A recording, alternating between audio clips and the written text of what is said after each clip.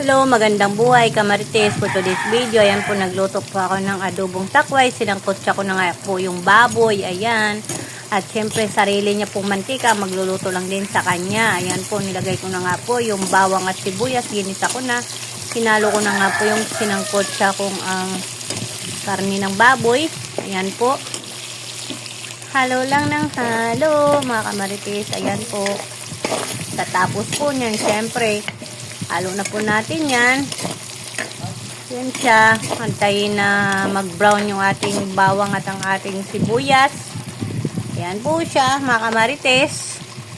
Yan ang ulam namin para sa aming hapunan. At syempre, nilagay na nga po natin ang ating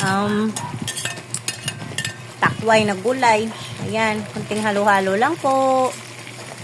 Ayan, nang mahalo. Kasi wag po natin lamugin ang ating gulay na takway. Kasi malamog po yan. At minsan po hindi maiwasan na may takway na makate. Yan po. Kaya ang sikreto lang po niyan kapag makate, syempre, lagyan po natin ng asukal para mawala yung kanyang pangangate.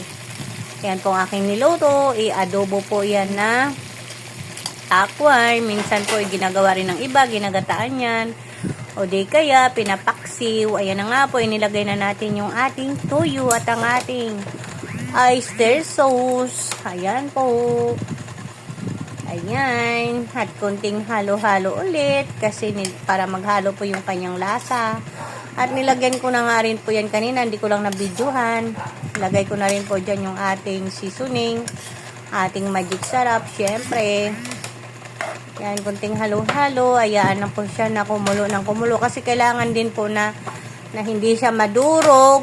Pero, luto po siya. Lutong-luto. Kasi kapag hindi din po yan luto, ang ating takway, makati din po yan. Ganyan po, mga kamarites.